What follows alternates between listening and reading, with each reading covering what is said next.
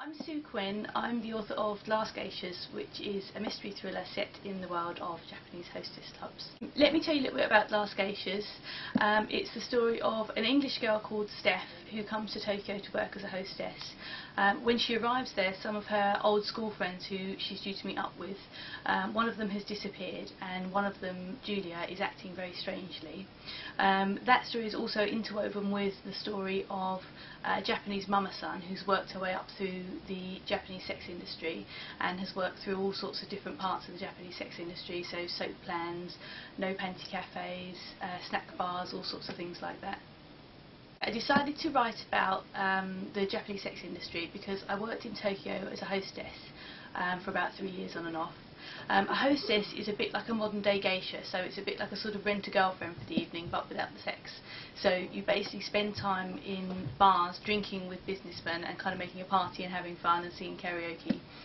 And whilst working in that job, I saw lots of different elements of sex for sale in Japan, like stripping and prostitution, that sort of thing, because hostessing is sort of on the fringes of the sex industry.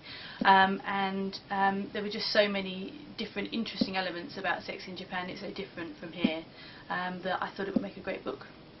I spent several years working as a ghostwriter and a commercial copywriter, I was writing my own novel the whole time in the background, and then I sent one of my ghostwritten books to my now agent at Shioland, and they asked me if I had any of my own material, which I did, and I had the beginnings of Last Geishas, I sent that into them, and the rest is history. I think anyone who's interested in Japan will enjoy the book.